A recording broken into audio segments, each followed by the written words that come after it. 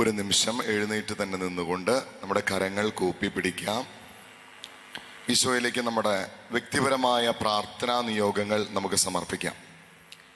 ഏതൊക്കെ നിയോഗത്തോടു കൂടെയാണോ ഇവിടെ വന്ന് പ്രാർത്ഥിക്കുന്നത്, ആ പ്രാർത്ഥനാ നിയോഗങ്ങളിലേക്ക് ദൈവത്തിൻ്റെ ശക്തമായ സാന്നിധ്യം ഒഴുകാനായിട്ട് ആഗ്രഹിച്ചുകൊണ്ട് ഒരു നിമിഷം ഒന്ന് മൗനമായിട്ടൊന്ന് പ്രാർത്ഥിച്ചേ. ഈ വചനം കേൾക്കുന്ന സമയത്ത് ഈശോ നമ്മുടെ ഹൃദയത്തെ തൊടുവാനുള്ള ആഗ്രഹത്തോടു കൂടെ ഒന്ന് പ്രാർത്ഥിച്ചേ. നമ്മുടെ നിയോഗങ്ങളൊന്ന് മനസ്സിൽ ഓർത്തേ.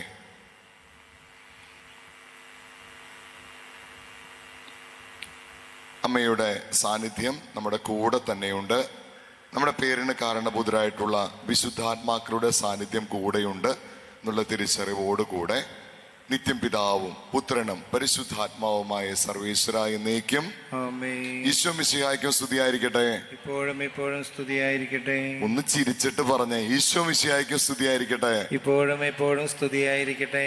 ചിരിച്ചിട്ട് പറഞ്ഞേ, ഈശോ മിശിഹായ്ക്കും സ്തുതിയായിരിക്കട്ടെ. ഇരിക്കാം. ഓക്കെ, എല്ലാവർക്കും സന്തോഷാണോ? സന്തോഷാണോ? സന്തോഷാണോ? ദുഃഖമുള്ളവരൊന്ന് കൈപൊന്തിച്ചേ. സന്തോഷമുള്ളവരൊന്ന് കൈപൊന്തിച്ചേ. ഓക്കെ, ദുഃഖവും സന്തോഷമുള്ളവരൊന്ന് കൈപൊന്തിച്ചേ. ഓക്കെ, അധിക സമയമില്ല, അതുകൊണ്ട് തന്നെ അരമണിക്കൂർ സമയമുള്ളൂ. അതുകൊണ്ട് തന്നെ പെട്ടെന്ന് ഞാൻ വിഷയത്തിലേക്ക് വരാന്ന് വിചാരിക്കണം. ഈ കാലഘട്ടത്തിലെ ഏറ്റവും വലിയൊരു പാപാവസ്ഥ ഏതാ? മയക്കുമരുന്ന. ഏതാണ് ഈ കാലഘട്ടത്തിലെ നമുക്ക് നമ്മുടെ കൺട്രോളിലല്ലാത്ത ഒരു പാപാവസ്ഥ, ഭീകരമായൊരു പാപാവസ്ഥ, പാപമോദില്ലാത്ത അവസ്ഥ. അത് ശരിയാണ്, പക്ഷെ അതിനോട് ചേർന്ന് പോകുന്ന ഒരു കഠിനമായൊരു മേഖലയുണ്ട്. അതേതാണ്? ദൈവഭയം ഇല്ലാത്ത അവസ്ഥ. പിന്നെ നിങ്ങളൊന്നും മിണ്ടില്ലേ, സംസാരിക്കില്ലേ? ഓക്കെ, എന്താണ്? മൊബൈല്. ഓക്കെ, മൊബൈലൊക്കെ പാപായി. ഇപ്പൊ ഇവിടെ കുന്നോളം ഭാഗത്തൊക്കെ മൊബൈല് പാപായി. ഓക്കെ, മൊബൈൽ കമ്പനിക്കാരൊക്കെ പൂട്ടൂട്ടാ. ഓക്കെ, വേറെ? ദൈവത്തിൽ ശരണമില്ലാത്ത അവസ്ഥ. പ്രിയമുള്ളവരെ, ഞാനൊരു നടന്ന സംഭവം പറയാം. കേരളത്തിലെ ഒരു സ്ഥലത്ത് നടന്ന സംഭവം പറയാം. അതിന്റെ വെളിച്ചത്തിൽ നിങ്ങൾ പറയണം, ഇപ്പൊ ഈ കാലഘട്ടത്തിലുള്ളതിൽ ഒരു ക്രിസ്ത്യാനി അനുഭവിക്കുന്ന, ഒരു ക്രിസ്ത്യാനി കടന്നു പോകുന്ന ഏറ്റവും വലിയ പാപാവസ്ഥയെ കുറിച്ച് നമ്മൾ ചിന്തിക്കാൻ പോവുകയാണ്. റെഡിയാണോ? ഓക്കെ, കേരളത്തിൽ നടന്നൊരു സംഭവമാണ്. കേരളത്തിൽ വളരെ പ്രസിദ്ധനായൊരു ധ്യാനഗുരു ഒരു ഇടവക പള്ളിയിൽ ധ്യാനിപ്പിക്കാനായിട്ട് പോയി. കേരളത്തിൽ ആരാണ് ധ്യാനിപ്പിക്കാനായിട്ട് പോയേ? ഒരു പ്രസിദ്ധനായ ധ്യാനഗുരു ഇടവക പള്ളിയിൽ ധ്യാനിപ്പിക്കാനായിട്ട് പോയി. അപ്പോ ഒരു ഇടവക പള്ളിയിൽ ധ്യാനിപ്പിക്കാനായിട്ട് പോകുമ്പോൾ ധ്യാനഗുരുവിന്റെ കൂടെ ആരുണ്ടാവും? ഈശോ ഉണ്ടാവുന്ന. ഈശോ എന്തായാലും ഉണ്ടാവും. പിന്നെ ആരുണ്ടാവുക? ഒരു ശുശ്രൂഷകൻ ഉണ്ടായിരുന്നു. ആരാണ്? ഒരു ഗാന ശുശ്രൂഷകൻ ഉണ്ടായിരുന്നു. അങ്ങനെ ഇവര് ബസ്സൊക്കെ കയറി, പണ്ടത്തെ കാലമാണ് കേട്ടോ, ബസ്സൊക്കെ കയറി ധ്യാന കേന്ദ്രത്തിലെത്തി, ഇടവകയിലെത്തി. ഏറ്റവും ആദ്യം ആരെ കാണാ? ഏത് അയൽപക്കത്തെ വീട്ടിലെ ചേച്ചീനെയാ, ചേട്ടനെയാ? ആരെ കാണാ? ഏറ്റവും ആദ്യം ഇടവകയിലെ വികാരിയച്ഛനെ കാണണം. അവര് പള്ളിയിലെത്തി. ഇതേപോലെ തന്നെയാണ് പള്ളിയിൽ നിന്ന്. ഇത് പള്ളി. അപ്പൊ അവിടെ പള്ളിമേട. അപ്പൊ ഒരു ധ്യാനഗുരു നേരെ കയറി വന്നിട്ട് ഏറ്റവും ആദ്യം ആരെ കണ്ടു? വികാരിയച്ഛനെ കണ്ടു. വികാരിയച്ഛനെ കണ്ടു കഴിഞ്ഞപ്പോ വികാരിയച്ഛൻ ഗുഡ് മോർണിംഗ് പറയാൻ പോകുന്നതിന് മുമ്പ് തന്നെ ഈ ധ്യാനഗുരു വികാരിയച്ഛനോട് ചോദിച്ചു, വികാരിയച്ഛ, നമ്മുടെ പള്ളിയുടെ മുന്നിലുള്ള, അപ്പൊ ഈ ദർശനമൊക്കെ ഉള്ള അച്ഛനാണ്, മെസ്സേജൊക്കെ എടുത്ത് പ്രാർത്ഥിക്കുന്ന അച്ഛനാണ്.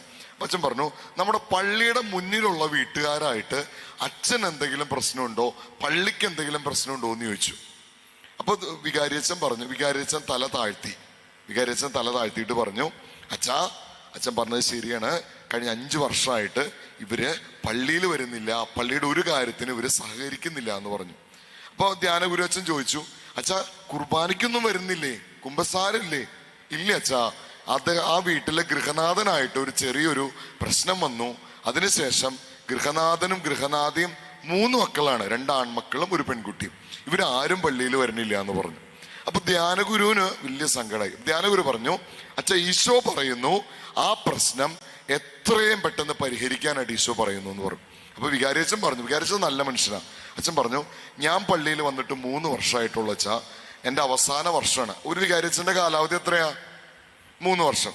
3 വർഷമായ വെച്ചാ ഞാൻ എത്ര വട്ട വീട്ടിൽ പോയിട്ട് അവരോട് സംസാരിച്ചിട്ടുണ്ട് വെച്ചാ ഒരു പള്ളിയിൽ വേറെ എന്തോ കാര്യങ്ങളായിട്ടുള്ള ബന്ധപ്പെട്ട തർക്കമാണ് എന്നുള്ള രീതിയിൽ പറഞ്ഞു. അപ്പൊ വികാരി അച്ഛൻ പറഞ്ഞു ഞാൻ വേണമെങ്കിൽ പോവാച്ചാ എന്നുള്ള രീതിയിൽ ധ്യാനഗുരുവിന്റെ അടുത്ത് പറഞ്ഞു. അപ്പൊ ധ്യാനഗുരുവിന് ഗുഡ് മോർണിംഗ് പോലും പറഞ്ഞിട്ടില്ല. അപ്പൊ ധ്യാനഗുരു പറഞ്ഞു അച്ഛൻ പോണ്ട, പകരം എൻ്റെ ഗാന ശുശ്രൂഷകൻ പൊക്കോളൂ എന്നുള്ള രീതിയിൽ പറഞ്ഞു. അങ്ങനെ പള്ളിയുടെ ഇവർ ചായ പോലും കുടിക്കാണ്ട് ഈ ഗാന ശുശ്രൂഷകൻ എന്ത് ചെയ്തു? ഗാന ശുശ്രൂഷകൻ നേരെ പോയിട്ട് പള്ളിയുടെ മുന്നിലുള്ള ആ വീട്ടിലേക്ക് കടന്നു. അപ്പൊ പള്ളിയായിട്ട് ബന്ധമില്ലാത്ത വീടാണ്. ഒത്തിരി ഗേറ്റൊക്കെ തുറന്ന് ഗാന ശുശ്രൂഷകൻ അകത്ത് കയറി വാതിൽ എത്ര ഹോണിംഗ് ബെല്ലടിച്ചിട്ടും തുറക്കുന്നില്ല. അപ്പൊ നമുക്കറിയാം നമ്മുടെ വീട്ടിലെ മുൻവശത്തെ ജനാലകൾ എപ്പോഴും എന്ത് ചെയ്യും? തുറന്നിടും. അത് എന്തിനു വേണ്ടിയാ? വന്ന ആൾക്കാരെ കാണാൻ വേണ്ടി, ആരാ വരണേന്നൊന്ന് അറിയാൻ വേണ്ടി അല്ലെ? എല്ലാ വീട്ടിലും അങ്ങനെ ചെയ്യാറില്ലേ? നിങ്ങളുടെ വീട്ടിൽ ചെയ്യാറില്ലേ?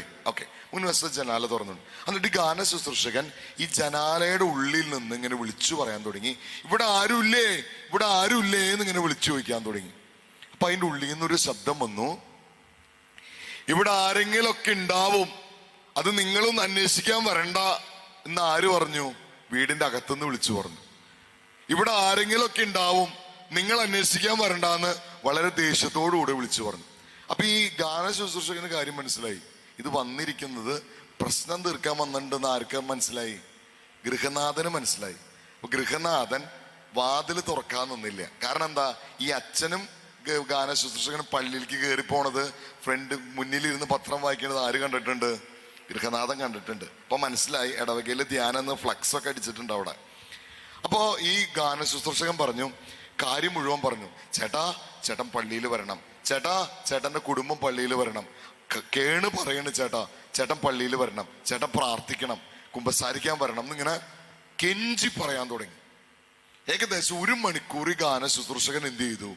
ഇതിന്റെ മുന്നിൽ നിന്നിട്ട്, ജനലയുടെ മുന്നിൽ നിന്നിട്ട് കെഞ്ചി പറയാൻ തുടങ്ങി, ചേട്ടൻ ധ്യാനത്തിന് വരണം ചേട്ടാ എന്ന് പറഞ്ഞ് കണ്ണീരൊഴുക്കി പറയാൻ തുടങ്ങി.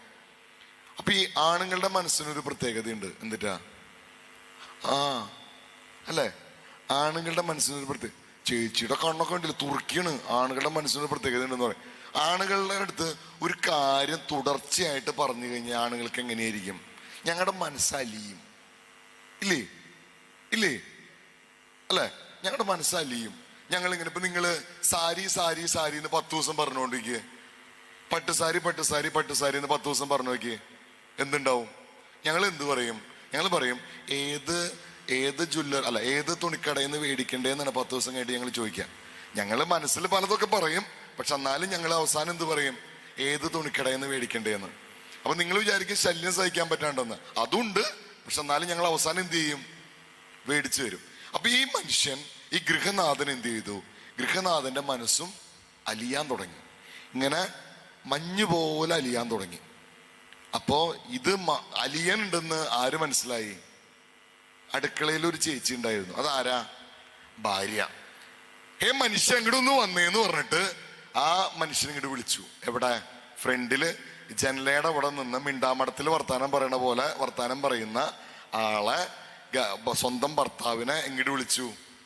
അടുക്കളയ്ക്ക് വിളിച്ചു. എന്നിട്ട് ഈ ഭാര്യ ഈ ഗൃഹനാഥനോട് എന്താ പറഞ്ഞെന്നറിയോ? മനുഷ്യ 5 വർഷമായി നമ്മൾ പള്ളിയായിട്ട് തല്ലിട്ട് നിൽക്കണേ.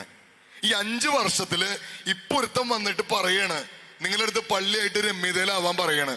ഇപ്പൊ നിങ്ങൾ തോറ്റു കൊടുത്താ നമ്മൾ നാട്ടുകാരുടെ മുന്നിൽ നമ്മുടെ അഭിമാനം എന്തായിരിക്കും എന്നിങ്ങനെ ഭാര്യ നല്ലൊരു ഉപദേശവും പറഞ്ഞു കൊടുത്തു. നല്ല ഉപദേശമല്ലേ? കുഴപ്പമില്ലല്ലോ, നല്ല ഉപദേശം. അപ്പൊ ഈ മനുഷ്യന് തോന്നി, ആണുങ്ങളുടെ മനസ്സിനൊരു പ്രത്യേകതയുണ്ട്, പെട്ടെന്ന് അലിയും ചെയ്യും, പെട്ടെന്ന് കനാവുകയും ചെയ്യും. ഞങ്ങൾ പാവങ്ങളാണ് അല്ലെ ചേട്ടാ? അല്ലെ? നമ്മൾ പാവങ്ങളാണ്. നിങ്ങള് ചേച്ചിയുടെ മുഖത്തൊന്നും സന്തോഷമില്ല, കുഴപ്പമില്ല, പോട്ടെ. ഞങ്ങൾ പാവങ്ങൾ, ബേസിക്കലി ഞങ്ങൾ പാവങ്ങളാണ്. അപ്പൊ ഈ മനുഷ്യന് തോന്നി, ശരിയാണല്ലോ, പെട്ടെന്ന് തോറ്റു കൊടുത്താൽ ഇടവക്കാരുടെ മുന്നിൽ എന്താവും? 5 വർഷം പള്ളി പോയിട്ടില്ല, 5 വർഷം പിടിച്ചു നിന്നു. അപ്പൊ ഗാനശുശ്രൂഷകൻ മുന്നിൽ വന്നിട്ട് പറഞ്ഞു, ഇവിടെ ആരും ധ്യാനത്തിന് വരാൻ ഉദ്ദേശിക്കില്ല എന്ന് പറഞ്ഞ് വീണ്ടും ചൂടായി. ഈ ഗാനശുശ്രൂഷകൻ കരഞ്ഞ് 2.5 മണിക്കൂർ 3 മണിക്കൂർ അവിടെ നിന്ന് പറഞ്ഞതാ. ഈ മനുഷ്യൻ കരഞ്ഞ് അവിടെ നിന്ന് പോയി. പ്രിയമുള്ളവരെ, വീണ്ടും വീണ്ടും ഈ ഗാന ശുശ്രൂഷകനും അച്ഛനൊക്കെ ഇവിടെ വന്ന് പറഞ്ഞുകൊണ്ടിരിക്കണം. അപ്പൊ ഇവർക്ക് മനസ്സിലായി ഇത് നല്ലതല്ല എന്ന് മനസ്സിലായി. ഇപ്പൊ ഇവരെന്ത് ചെയ്തു? 3 മക്കളാണ്, 2 ആൺകുട്ടികളും ഒരു പെൺകുട്ടി. പെൺകുട്ടിയുടെ കല്യാണം അവിടെ 5 കിലോമീറ്റർ അപ്പുറത്തേക്ക് കഴിഞ്ഞിരിക്കുന്നത്. അപ്പൊ ഇവരെന്ത് ചെയ്യും? രാവിലെ ധ്യാനം തുടങ്ങുന്നതിന് മുമ്പ് ഇവര് കാർ എടുത്തിട്ട് പെണ്ണിന്റെ വീട്ടിൽ പോയിരിക്കും. ധ്യാനം കഴിഞ്ഞ് വൈകുന്നേരം ആവുമ്പോ ഇവര് തിരിച്ചു വരും, ഈ ഭാര്യയും ഭർത്താവും ആ മക്കളും. ധ്യാനം കഴിഞ്ഞ് ധ്യാനഗുരു തിരിച്ചുപോയി. കുറെ വർഷങ്ങൾ, ഒരു 3 മാസം കഴിഞ്ഞപ്പോ ധ്യാനഗുരു ഒരു ദിവസം ധ്യാനഗുരുവിന്റെ ആശ്രമത്തില് പത്രം വായിക്കുന്ന സമയത്ത് പത്രത്തിലൊരു വാർത്ത, 2 ആൺമക്കൾ ചേർന്നിട്ട് ഒരു അപ്പനെ വെട്ടിക്കൊന്നു. 2 ആൺമക്കൾ ചേർന്നിട്ട് ഒരു അപ്പനെ വെട്ടിക്കൊന്നു. ധ്യാനഗുരു നേരെ ഫോൺ എടുത്തു. പഴയ വികാരിയച്ഛനെ ഫോൺ വിളിച്ചു. പണ്ട് ധ്യാനം നടത്തിയ വികാരിയച്ഛനെ ഫോൺ വിളിച്ചിട്ട് ചോദിച്ചു, അച്ഛാ ഞാൻ വിളിച്ചതിന്റെ കാരണം മനസ്സിലായോ എന്ന് ചോദിച്ചു. ധ്യാനഗുരു വികാരിയച്ഛൻ പറഞ്ഞു, അച്ഛാ അച്ഛൻ വിളിച്ചതിന്റെ കാരണം മനസ്സിലായി. അച്ഛൻ ഉദ്ദേശിച്ചത് ശരി തന്നെയാണ്. നമ്മള് പോയി സംസാരിച്ച വീട്ടിൽ തന്നെയാണ് ഈ മരണം നടന്നിരിക്കുന്നത്. പ്രിയമുള്ളവരെ, ഈ കാലഘട്ടത്തിന്റെ ഏറ്റവും വലിയ പാപേത, ഈ കാലഘട്ടത്തിന്റെ ഏറ്റവും വലിയ പാപമാണ് ഹൃദയകാഠിന്യം. ഈ കാലഘട്ടത്തിൽ ഒരു വ്യക്തിയുടെ ആത്മീയ ഭൗതിക ജീവിതം തകർക്കുന്നത്, ബന്ധങ്ങൾ തകർക്കുന്നത് ഏറ്റവും വലിയ പാപാവസ്ഥയതാ ഹൃദയകാഠിന്യം. എന്തുകൊണ്ടാണ് ഹൃദയകാഠിന്യം ഉണ്ടാവണേ? ദൈവത്തിൽ നിന്നകന്ന് ദൈവത്തോട് ബന്ധമില്ലാത്ത അവസ്ഥ ഒരു വ്യക്തി വെച്ചു പുലർത്തുമ്പോൾ ആ വ്യക്തിയിൽ മുളയെടുക്കുന്ന പാപാവസ്ഥയാണ് ഏത്? ഹൃദയകാഠിന്യം. നിങ്ങളൊന്ന് ചിന്തിച്ചു നോക്കിയേ. ഈ മനുഷ്യൻ 5 വർഷം മുമ്പ്, ഈ വെട്ടിക്കൊല ചെയ്യപ്പെട്ട മനുഷ്യൻ 5 വർഷം മുമ്പ് വീട്ടിലേക്ക് പള്ളിയുമായിട്ടുള്ള തർക്കത്തിന്റെ പേരിൽ എന്ത് കൊണ്ടുവന്നു? പാപം കൊണ്ടുവന്നു, അല്ലെ? പാപം കൊണ്ടുവന്നു. ഈ അപ്പന്മാരെന്ത് ചെയ്യും? എന്ത് കൊണ്ടുവന്നാലും ആർക്ക് കൊടുക്കും? ഭാര്യയ്ക്ക് കൊടുക്കും. ഈ പാപം കൊണ്ടുവന്നിട്ട് ആർക്ക് കൊടുത്തു? ഭാര്യയ്ക്ക് കൊടുത്തു. ഭാര്യ അത് ആർക്ക് കൊടുത്തു? മക്കൾക്ക് കൊടുത്തു. മക്കൾ എന്ത് ചെയ്തു? ഈ കൊണ്ടുവന്ന അപ്പനേക്കാളും വലുതായിട്ട് ആരില് പാപം വളർന്നു? മക്കളിൽ വളർന്നു. എന്നിട്ട് ആരെ തന്നെ വെട്ടിക്കൊന്നു? കൊണ്ടുവന്ന അപ്പനെ തന്നെ വെട്ടിക്കൊന്നു. എങ്ങനെയാണ് ഈ ഹൃദയകാഠിന്യം എന്ന പാപാവസ്ഥയിൽ നിന്ന് ഒരു മനുഷ്യനെ രക്ഷപ്പെടാൻ പറ്റുക? നിങ്ങൾക്കറിയോ എങ്ങനെയാണ് ഹൃദയകാഠിന്യം എന്ന പാപാവസ്ഥയിൽ നിന്ന് ഒരു മനുഷ്യനെ രക്ഷപ്പെടാനാകുക? എന്താണ് അതിനൊരു സൊല്യൂഷൻ? എന്താണ് അതിനൊരു ഉത്തരം? നമുക്കൊക്കെ അറിയാം, നമ്മുടെ വീടുകളില് നമ്മുടെ ഭർത്താക്കന്മാരായിക്കോട്ടെ, ഭാര്യമാരായിക്കോട്ടെ, മക്കളായിക്കോട്ടെ, പ്രാർത്ഥനാ ജീവിതത്തോട് വിരക്തിയുള്ള, വർഷങ്ങളായിട്ട് കുമ്പസാരിക്കാത്ത ഒരുപാട് പേര് ഒരുപക്ഷെ നമ്മുടെ വീടുകളിൽ ഉണ്ടാവാം, നിങ്ങളുടെ പരിചയത്തിലുണ്ടാവാം, ബന്ധുക്കാരിലുണ്ടാവും. ഇങ്ങനെ ഇല്ലാത്ത ആൾക്കാർ ആരെങ്കിലും ഉണ്ടോ അവിടെ? ആരെങ്കിലും ഒരാള് നമ്മുടെ ജീവിതങ്ങളിലുണ്ട്. അപ്പൊ നിങ്ങൾ ചിന്തിച്ചിട്ടുണ്ടോ എന്താണ് ഹൃദയകാഠിന്യം എന്ന ഭീകരമായ ദൈവത്തിൽ നിന്ന് അകലുന്ന പാപാവസ്ഥ മറികടക്കാനുള്ള ഒരു സൊല്യൂഷൻ, ഒരു ഉത്തരമെന്ന്? ആർക്കെങ്കിലും അറിയോ? ആർക്കെങ്കിലും അറിയോ? എന്താണ്? കുർബാനയുണ്ട്, അതൊക്കെ ഓക്കെ. പക്ഷെ ഞാൻ എളുപ്പത്തില് ഒരു മനുഷ്യന് വീട്ടിലിരുന്ന് ചെയ്യാൻ പറ്റുന്ന ഹൃദയകാഠിന്യം മറികടക്കാനുള്ള ഒരു കാര്യം എന്തായിരിക്കും? സൗണ്ട് ഇങ്ങോട്ട് കിട്ടണില്ല. പാപമോചനം. ഓക്കെ, പാപമോചനം ശരിയാണ്, കുമ്പസാരമുണ്ട്, അതൊക്കെ ശരിയാണ്, ഒക്കെ ഉത്തരങ്ങൾ കറക്റ്റ് തന്നെയാണ്. എന്നാലും വചനം വായിക്കല് ഓക്കെ ഓക്കെ ഞാൻ ഈ അമ്മച്ചി പറഞ്ഞ ഉത്തരം ശരിയാണ്, വചനം വായിക്കലാണ്. പക്ഷെ ഇന്ന ഭാഗത്ത് വചനം വായിച്ചു കഴിഞ്ഞാൽ പെട്ടെന്ന് പാപാവസ്ഥ മാറും, ഹൃദയകാഠിന്യം മാറും. ഞാൻ ഓർക്കണ്ട്, 15 വർഷമായിട്ട് കുമ്പസാരിക്കാത്തൊരു വ്യക്തിക്ക് വേണ്ടി ഒരു അമ്മ, അദ്ദേഹത്തിന്റെ അമ്മ 15 വർഷമായിട്ട് കുമ്പസാരിക്കാത്തൊരു മോന് വേണ്ടി അമ്മ ഒരു കാര്യം ചെയ്തു. ആ കാര്യം ചെയ്തപ്പോ ആ മോന്റെ ഹൃദയം അലിഞ്ഞു. നിങ്ങൾക്ക് ആ സൂത്രവാക്യം അറിയണോ? അറിയണമെന്ന് ആഗ്രഹമുള്ളവരൊന്ന് കൈബന്ധിച്ചേ. ഓക്കെ, ഞാൻ പറയാം. അപ്പോസ്തല പ്രവർത്തനങ്ങളുടെ പുസ്തകം 8-ാം അധ്യായം എടുത്തേ. അപ്പോസ്തല പ്രവർത്തനങ്ങളുടെ പുസ്തകം 8-ാം അധ്യായം 26 മുതലുള്ള തിരുവചനങ്ങൾ. അപ്പോസ്തല പ്രവർത്തനങ്ങളുടെ പുസ്തകം 8-ാം അധ്യായം 26 മുതലുള്ള തിരുവചനങ്ങൾ വായിക്കണ്ട, ഞാൻ അതിന്റെ കഥ പെട്ടെന്ന് പറയാം. അവിടെ എത്യോപ്യക്കാരനായ ഒരു രാജ്ഞിയുടെ ഒരു ഭണ്ഡാര വിചാരിപ്പുകാരൻ, അതായത് ധനകാര്യമന്ത്രി. നിങ്ങൾ വീട്ടിൽ പോയിട്ട് അത് വായിച്ചു നോക്കോ. ഇനി 10 മിനിറ്റേ ഉള്ളൂ, അതുകൊണ്ടാണ് ഞാൻ അവസാനിപ്പിക്കുന്നത്. വീട്ടിൽ പോയിട്ട് വായിച്ചു നോക്കാം. എത്യോപ്യക്കാരനായ ഒരു രാജ്ഞിയുടെ ധനകാര്യമന്ത്രി, ഭണ്ഡാര വിചാരിപ്പുകാരൻ ജെറുസലേമില് ആരാധിക്കാൻ പോയിട്ട് എങ്ങോട്ട് വരികയായിരുന്നു? തിരിച്ചു വരികയായിരുന്നു. അപ്പൊ തിരിച്ചു വരുന്ന സമയത്ത് ഇദ്ദേഹം ഒരു വചനഭാഗം വായിക്കുന്നുണ്ടായിരുന്നു. ഏത് വചനഭാഗ? യെശയ്യാ പ്രവാചകന്റെ പുസ്തകം. ശ്രദ്ധിച്ചിരിക്കണം, യെശയ്യാ പ്രവാചകന്റെ പുസ്തകം 53-ാം അധ്യായത്തിലെ വചനഭാഗമാണ് വായിച്ചുകൊണ്ടിരുന്നത്. എന്താണ് ആ വചനഭാഗത്തിന്റെ പ്രത്യേകത? കർത്താവിനെ, പുതിയ നിയമത്തില് കർത്താവ് സഹിക്കാൻ പോകുന്ന കാര്യങ്ങളെ കുറിച്ച് പറഞ്ഞു വെച്ചിരിക്കുന്ന പഴയ നിയമ പ്രവചന ഭാഗമാണ് ഇത്. 53-ാം അധ്യായം. അതില് ഈ ഷണ്ടനാണ്, ഷണ്ടൻ എന്ന് പറഞ്ഞ മനുഷ്യനാണ് ഇത് പോയിക്കൊണ്ടിരിക്കുന്നത്, വായിച്ചുകൊണ്ടിരിക്കുന്നത്. ഈ ഷണ്ടൻ രഥത്തിലിരുന്ന് വായിച്ചുകൊണ്ടിരിക്കുന്നത് 53-ാം അധ്യായത്തില് 1 മുതലുള്ള തിരുവചനങ്ങളാണ് വായിച്ചുകൊണ്ടിരിക്കുന്നത്. അപ്പൊ ഞാൻ നിങ്ങൾക്ക് ഒരു അറിവിന് വേണ്ടി ആ തിരുവചനം ഒന്ന് വായിക്കാം. വചനം ഇങ്ങനെയാണ് പറയണേ: അവൻ മർദ്ദിക്കപ്പെടുകയും പീഡിപ്പിക്കപ്പെടുകയും ചെയ്തു, എങ്കിലും അവൻ ഉരിയാടിയില്ല. കൊല്ലാൻ കൊണ്ടുപോകുന്ന കുഞ്ഞാടിനെ പോലെയും രോമം കത്തിരിക്കുന്നവരുടെ മുൻപിൽ നിൽക്കുന്ന ചെമ്മരിയാടിനെ പോലെയും അവൻ മൗനം പാലിച്ചു എന്നാണ് വചനം പറയുന്നത്. ഇത് ആരെ കുറിച്ചാ പറയുന്നേ? ഈശോയെ കുറിച്ചാ പറയുന്നത്. ഈശോയുടെ പീഡാനുഭവമാണ് ആര് വായിച്ചുകൊണ്ടിരിക്കണേ? ഷണ്ടൻ വായിച്ചുകൊണ്ടിരിക്കണേ. കുറച്ച് കഴിഞ്ഞപ്പോ പീലിപ്പോസിന്റെ അടുത്ത് കർത്താവ് പറഞ്ഞു, ഈ ഷണ്ടൻ ഒരു രഥത്തിലാണ് പോയിക്കൊണ്ടിരിക്കുന്നത്. ഉദാഹരണത്തിന് ഇവിടെ നിന്ന് രഥം ഇങ്ങനെ പോയിക്കൊണ്ടിരിക്കുന്നു വിചാരിക്കും. പീലിപ്പോസിനോട് കർത്താവ് പറഞ്ഞു അവിടെ നിന്ന് രഥത്തിന് അഭിമുഖമായിട്ട് വരാൻ പറഞ്ഞു. പീലിപ്പോസ് ആരാ? ഈശോയുടെ ശിഷ്യൻ.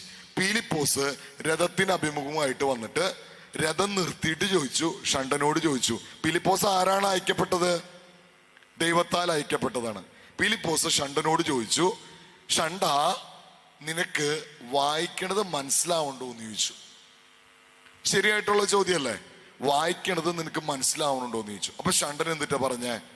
ഷണ്ടൻ പറഞ്ഞു, ആരെങ്കിലും വ്യാഖ്യാനിച്ചു തരാതെ ഞാൻ എങ്ങനെയാ മനസ്സിലാക്കാന്ന് ഷണ്ടൻ ഉത്തരം പറഞ്ഞു. നമ്മൾ ബൈബിള് വായിക്കണ പോലെയാ, വെറുതെ ഇങ്ങനെ ഇരുന്ന് വായിക്കും. അപ്പൊ ഒരു അമ്മച്ചി എന്റെ അടുത്ത് പറഞ്ഞ ഓർക്കുന്നുണ്ട്, ഞാൻ 20 വർഷമായി അച്ഛാ ബൈബിള് വായിക്കാൻ തുടങ്ങിയിട്ട് എനിക്കൊരു അനുഭവം കിട്ടണില്ല. 20 വർഷമായി ബൈബിള് വായിക്കാൻ തുടങ്ങിയിട്ട് ഒരു അനുഭവം കിട്ടണില്ല. എല്ലാവരും പറയണു വചനം വായിച്ചു കഴിഞ്ഞാൽ അവിടെ നടക്കും, ഇവിടെ രോഗം മാറും, കഷ്ടം മാറും എന്നൊക്കെ പറയുന്നു. പക്ഷെ എനിക്കൊരു അനുഭവം കിട്ടണില്ല. അപ്പൊ നമ്മുടെ ആളാണോ ഷണ്ടൻ? നമ്മുടെ കാറ്റഗറി ആണോ? ഈ ഷണ്ടന്റെ അടുത്ത് ഫിലിപ്പോസ് പറഞ്ഞു, ഞാൻ നിനക്ക് വ്യാഖ്യാനിച്ചു തരാന്ന് പറഞ്ഞു. അപ്പൊ ഷണ്ടന് ഭയങ്കര സന്തോഷമായി. അങ്ങനെ ഫിലിപ്പോസ് എന്ത് ചെയ്തു? യെശയ്യാ പ്രവാചകന്റെ പുസ്തകത്തിലെ 53-ാം അധ്യായത്തിലെ ഈ വചനഭാഗം വ്യാഖ്യാനിച്ചിട്ട് ഇത് ആരെ കുറിച്ചാണ് പറയുന്നത്? ഈശോനെ കുറിച്ചാണ് പറയുന്നത് പറഞ്ഞിട്ട് ഈ വചനഭാഗങ്ങൾ വ്യാഖ്യാനിച്ചിട്ട് ഈശോനെ കുറിച്ച് ആരുടെ അടുത്ത് പ്രസംഗിച്ചു? ഷണ്ടന്റെ അടുത്ത് പ്രസംഗിച്ചു. അപ്പൊ പ്രസംഗിച്ചപ്പോ ഒരു കാര്യമാണ് ഈ ഫിലിപ്പോസ് ഷണ്ടന്റെ അടുത്ത് പറഞ്ഞത്, ഈ രോമം കത്തിരിക്കുന്നവന്റെ മുൻപിൽ നിൽക്കുന്ന ഈ കുഞ്ഞാട് ആരാണ്? മർദ്ദകരുടെ മുൻപിൽ നിൽക്കുന്ന ഈ കുഞ്ഞാട് ആരാണ്? തകർന്നിരിക്കുന്ന ഈ കുഞ്ഞാട് ആരാണ്? തകർന്നിരിക്കുന്ന ഈ മനുഷ്യൻ ആരാണ്? ഫിലിപ്പോസ് ഇതിലൂടെ ഈശോയുടെ സുവിശേഷം ആരോട് പറഞ്ഞു? ഷണ്ടനോട് പറഞ്ഞു. കുറച്ചു കഴിഞ്ഞ് മുന്നോട്ട് നീങ്ങുന്ന സമയത്ത് ഫിലിപ്പോസ് അടിയിൽ നിൽക്കാണ്, ഷണ്ടൻ രഥത്തിലേക്ക് ഇങ്ങനെ പറഞ്ഞുകൊണ്ടിരിക്കണ്. അവിടെ കുറച്ച് മുന്നോട്ട് നീങ്ങി ആ ആനവാതിലിന്റെ അടുത്ത് എത്തിയപ്പോ അവിടെ ഒരു ജലാശയം കണ്ടു. ജലാശയം കണ്ടു കഴിഞ്ഞപ്പോ ഈ ഷണ്ടൻ ഫിലിപ്പോസിനോട് എന്താ പറഞ്ഞേ? എന്താ പറഞ്ഞേ?